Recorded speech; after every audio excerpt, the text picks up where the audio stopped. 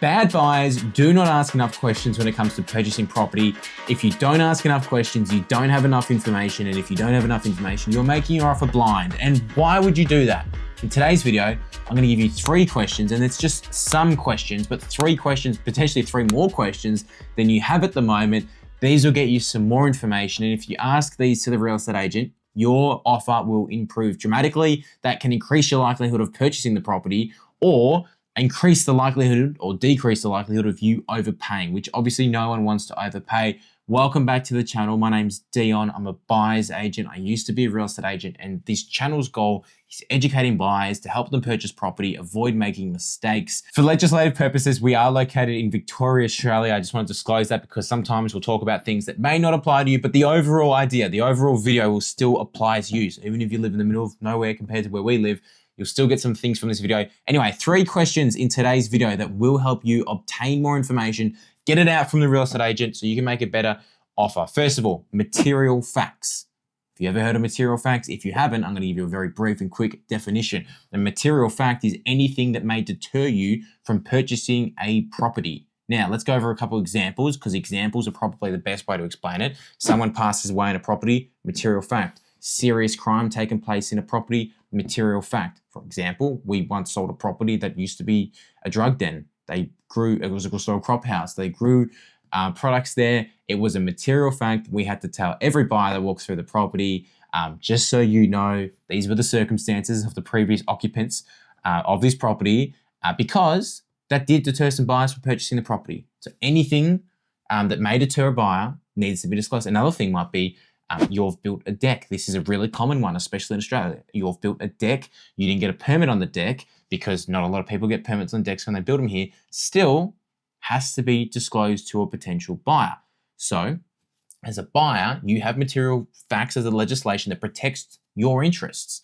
And it should be, the legislation says an agent and a vendor need to disclose that to you, but still, as a buyer, I can tell you right now, you should ask this question and put it in writing so you have a reference point. I cannot recommend that question anymore, and especially putting it in writing. I can tell you so many times that an agent has had plenty of times to disclose something to me, and not until I asked and put it in writing did we all of a sudden find out this information about the property. Now, that might deter you from purchasing the property. You may decide you don't want to buy that property anymore. Great, you just dodged a bullet.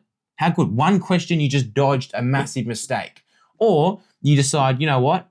I'm okay with this property, and now I've got some of the best leverage going around. Great.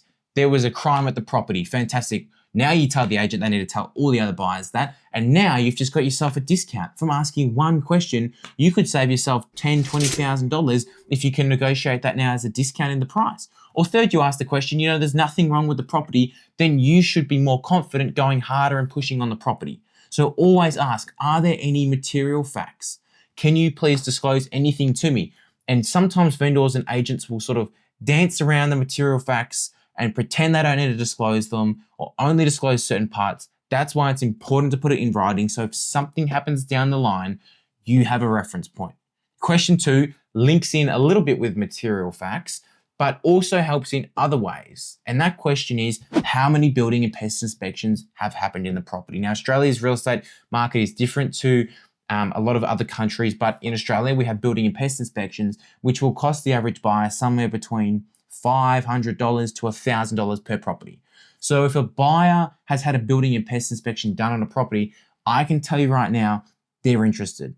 No one is spending $500, $700 on a building and pest inspection on a property they have no interest in.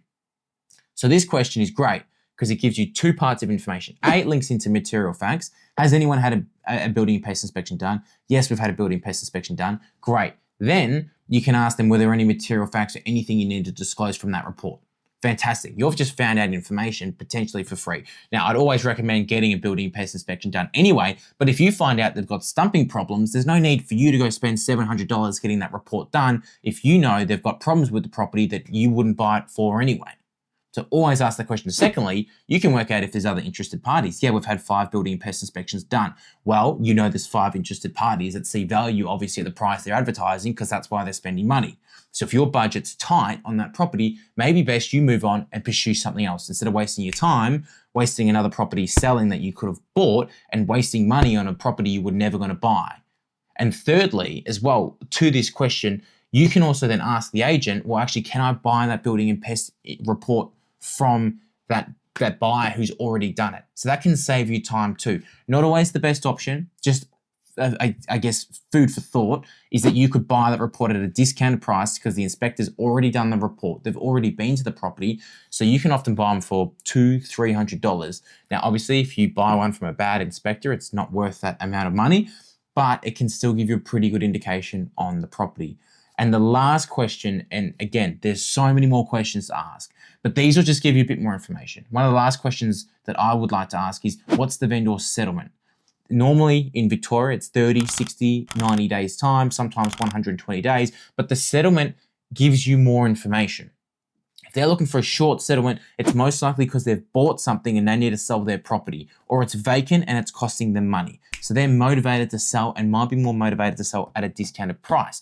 Or they're looking for 90 or 120 days. It's a long settlement. Potentially they haven't purchased anywhere. They're looking to sell first. They might be less motivated. And it can give you a bit of an insight into the vendor, but it can also help with negotiations down the line. And a tactic I might talk about in another video is actually giving a settlement that's not actually what your desired settlement is, but doesn't align with the vendor. And this can be used in a one-on-one negotiation. You know the vendor wants 30 days, you go in with 90 days, even though you want 30, and then you can use that as leverage later in the negotiation to adjust. But I'll talk about that in another video.